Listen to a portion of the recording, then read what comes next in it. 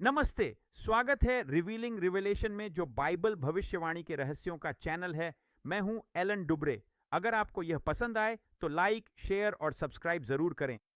और याद रखें, हर एक वीडियो के नीचे डिस्क्रिप्शन बॉक्स में हमारे पास 10 अन्य भाषाओं में अतिरिक्त ट्रांसलेशन चैनल्स हैं, ताकि आप अपने परिवार और दोस्तों के साथ उनकी अपनी भाषा में आसानी से साझा कर सकें।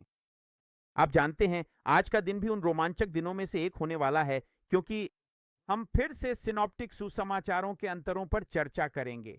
हमने देखा कि मत्ती, मरकुस, लूका की कहानियों के अंतर दिखाते हैं कि अंत के दिनों का क्रम लूका, मरकुस, मत्ती पूर्व, मध्य, पश्चात है। ये सब सच है। ये सब कुछ केवल मत्ती के बारे में नहीं है, बल्कि यह लूका से शुरू होता है, फिर मरकुस और फिर मत्ती।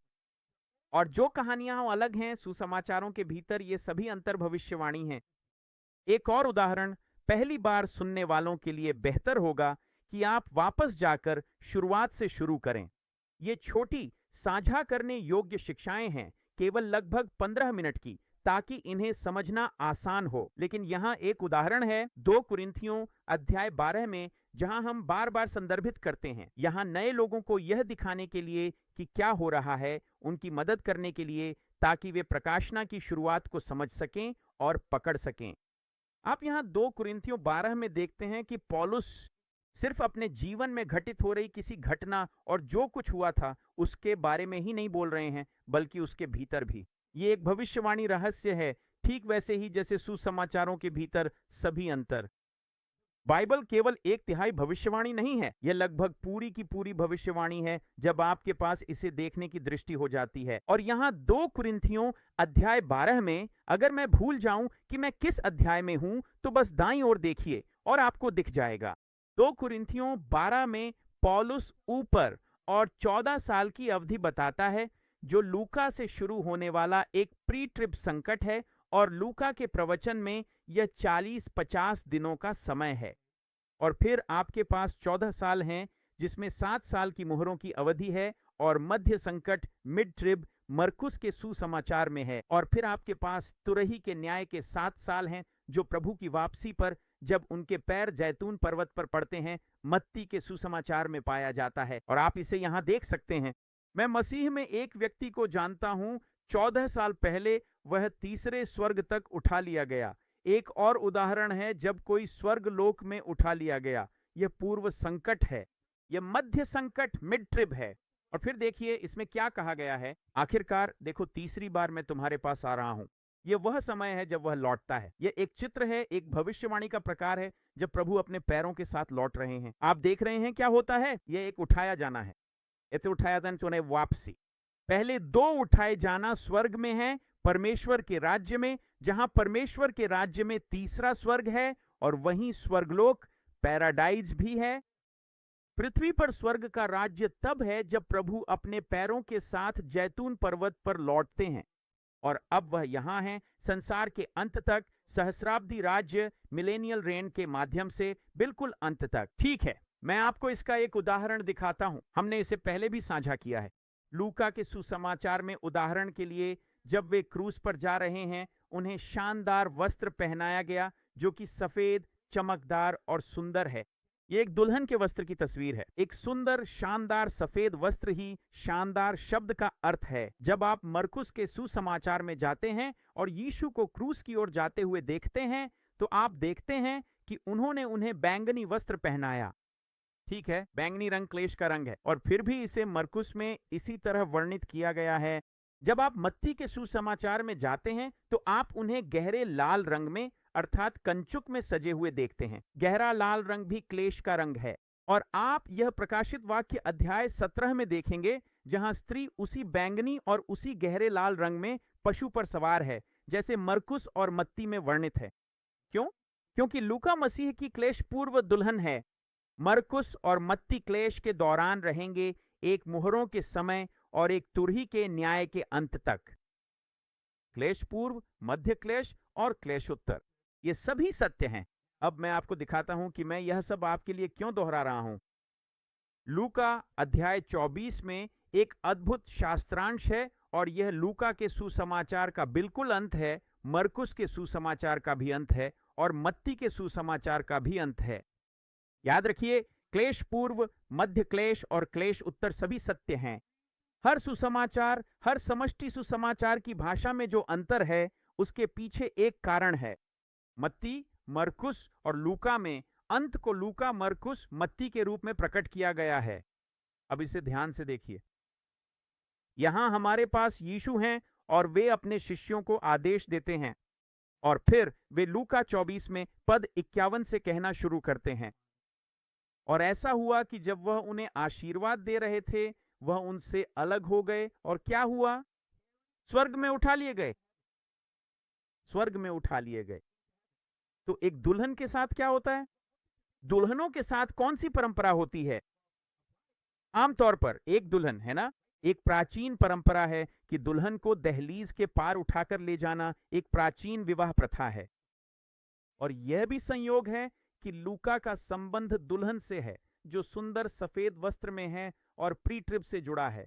हम देखते हैं कि यीशु को ऐसे ऊपर उठाया जा रहा है जैसे दुल्हन की यह तस्वीर हो। यह प्रतीकात्मकता जो हम इसमें देख रहे हैं, जैसे दुल्हन को दहलीज के पार उठाकर स्वर्ग में ले जाया जा रहा है।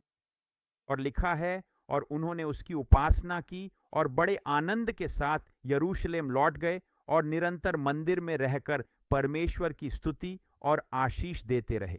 आमीन। यह क्या है? अब वे स्वर्ग के मंदिर में निरंतर हैं।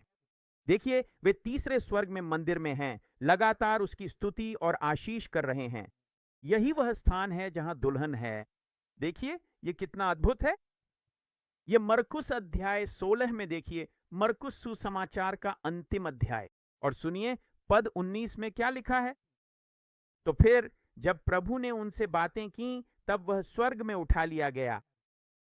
ठीक है, तो हमारे पास है लूका में स्वर्ग में उठा लिया गया, और मरकुस सुसमाचार में स्वर्ग में ग्रहण किया गया। और यह ग्रहण करना क्या है? ठीक है, जैसे अपने दोस्तों को अपने घर बुलाना सोचिए। मुझे वास्तव में यह दिखाने की जरूरत नहीं है ना, लेकिन आप समझ गए। यह मेहमानों को आमंत्रित करने जैसा है। आप अपने घर में मेहमानों का स्वागत कर रहे हैं, आप उनका स्वागत कर रहे हैं, और यह समूह कहां जा रहा है? यह भी स्वर्ग में। तो क्या यह उपयुक्त नहीं है कि पहले दो, प्री ट्रिप और मिड ट्रिप, दोनों ही एक उठाया जाना और एक उठाया जाना है? एक मंदिर में जा रहा है जो तीसरे स्वर्ग में है, और एक स्वर्ग में जा रहा है जो परमेश्वर के राज्य का भी हिस्सा है। दोनों ही एक उठाया जाना है। और हमारे पास यीशु का स्वर्ग में उठाया जाना था, और फिर मरकुस में हमारे पास उनका स्वर्ग में ग्रहण किया जाना है। अब आप अंत के दिनों की भविष्यवाणियों के संकेत देख सकते हैं। इसे ध्यान से देखें। फिर यह कहता है, अब याद रखिए, यह लूका में नहीं था, लेकिन यहां हम इसे मरकुस में देखते हैं, और इसके पीछे निश्चित रूप से कारण है, और वह परमेश्वर के दाहिने हाथ पर बैठ गया। अचानक परमेश्वर के दाहिने हाथ पर क्यों बैठा दिया गया? अगर आप समझें कि यह कौन सा समय है, भविष्यवाणी के अनुसार यह उस समय की तस्वीर है जब प्रभु लौट रहे हैं। छठे वर्ष की मोहरों के अंत में, जब वह लेने के लिए, ग्रहण करने के लिए आ रहा है। मध्य संकट के समय की महान भीड़ जो मोहरों के 7वें वर्ष में है। हम मरकुस के सुसमाचार के अंत में हैं, जो मोहरों के 7वें वर्ष की समयावधि का अंत है। यही वह समय है जब कहा गया है कि अब वह परमेश्वर के दाहिने हाथ पर बैठा होगा। अगर हम भजन संहिता 110 में जाएं, तो देखें कि हम क्या पढ़ते हैं। प्रभु ने मेरे प्रभु से कहा, तो पिता ने पुत्र से कहा, मेरे दाहिने हाथ बैठ, जब तक मैं तेरे शत्रुओं को तेरे पांव की चौकी न बना दूं। ठीक है, यहां पिता और पुत्र के बीच की बातचीत है, जिसमें पिता कहता है, मेरे दाहिने हाथ बैठ, जब तक मैं तेरे शत्रुओं को तेरे पांव की चौकी न बना दूं। और फिर लिखा है, प्रभु तेरी शक्ति का राजदंड सिय्योन से भेजेगा, तू अपने शत्रुओं के बीच राज्य कर। तो शक्ति का राजदंड कब है? ये मोहरों के अंत में है, जब प्रभु स्वर्गीय सिय्योन पर्वत के साथ सिय्योन से राज्य करते हुए आते हैं। ये सब मोहरों के समय के अंत के बारे में है। और सुनिए आगे क्या लिखा है। पद 4, प्रभु ने शपथ खाई है और वह पछताएगा नहीं, तू मेलकीसेदेक की रीति पर सदा के लिए याजक है। हम जानते हैं कि यह मसीह के बारे में है। निश्चित रूप से पिता पुत्र से बात कर रहे हैं। वह अपने शत्रुओं के बीच सिय्योन से राज्य करेगा। यह मोहरों के समय के अंत का समय है। और फिर लिखा है, तेरे दाहिने हाथ का प्रभु अपने क्रोध के दिन राजाओं को मार डालेगा। क्या आप प्रकाशित वाक्य 6 की छठी मुहर के अंत को जानते हैं? जब सिय्योन पर्वत और परमेश्वर का राज्य नीचे आते देख सब डर रहे हैं। आप देख सकते हैं, यह कहता है ऊह, और उन्होंने चट्टानों और पहाड़ों से कहा, हम पर गिर पड़ो और हमें छुपा लो उसके सामने से जो सिंहासन पर बैठा है और मेमने के क्रोध से, क्योंकि उसके क्रोध का महान दिन आ गया है। यह प्रकाशित वाक्य अध्याय 17 की लड़ाई है। यह वही मेमना है, उसकी शक्ति की छड़ी है, जो अपने शत्रुओं के बीच राज्य करेगा। यह तब है जब वह अब आधिकारिक रूप से पिता के दाहिने हाथ पर विराजमान है। और ऐसा संयोग है कि समय वही है जिसके बारे में हम मरकुस के सुसमाचार के अंत में बात होते हुए देखते हैं।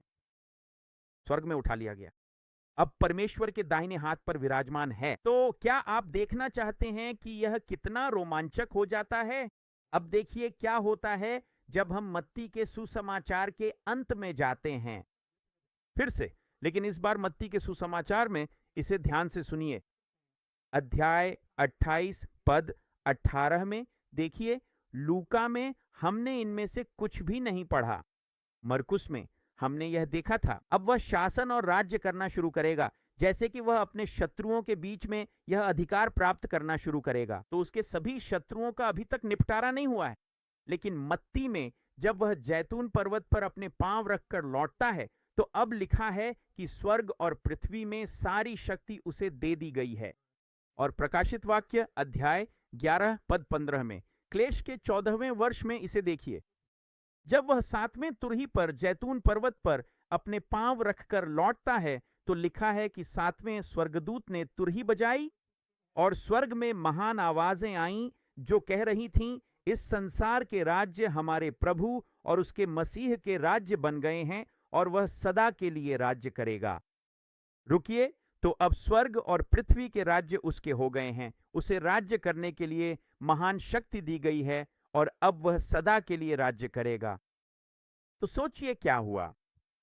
अगर आप मत्ती के अंत में जाएं, मत्ती अध्याय 28 के आखिरी पद यानी पद 20 में लिखा है, उन्हें वह सब कुछ मानना सिखाओ जो मैंने तुम्हें आज्ञा दी है, और देखो मैं सदा तुम्हारे साथ हूं, यहां तक कि देखिए संसार के अंत तक। मत्ती का सुसमाचार ऐसे क्यों समाप्त होता है जो मरकुस या लूका में नहीं मिलता? याद रखिए, लूका में स्वर्ग में उठाए जाने की बात थी, माफ कीजिए, मरकुस में स्वर्ग में ग्रहण किए जाने और अब पिता के दाहिने हाथ पर बैठने की बात थी। और मत्ती में स्वर्ग में ऊपर उठने की बात नहीं है, बल्कि यह है कि अब स्वर्ग और पृथ्वी की सारी चीजें उसी की हैं। और फिर वह कहता है, मैं सदा तुम्हारे साथ हूं, यहां तक कि संसार के अंत तक। क्या आप जानते हैं ऐसा क्यों है? क्योंकि अब वह लौट आया है, उसके पैर जैतून के पहाड़ पर टिके हैं, ठीक वैसे ही जैसे हम जकरिया अध्याय 14 में पढ़ते हैं। जैसे 14वें वर्ष की शुरुआत में वह जैतून के पहाड़ पर पैर रखकर लौटता है, और अब वह यहां है अंत तक, है ना, 1000 साल के राज्य के अंत तक, संसार के अंत तक। और देखिए जकरिया अध्याय 14 पद 16 में क्या लिखा है, और ऐसा होगा कि जो भी बचा रहेगा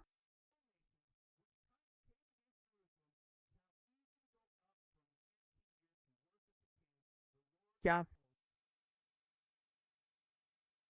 आप जानते हैं कि हम यह क्यों पढ़ रहे हैं?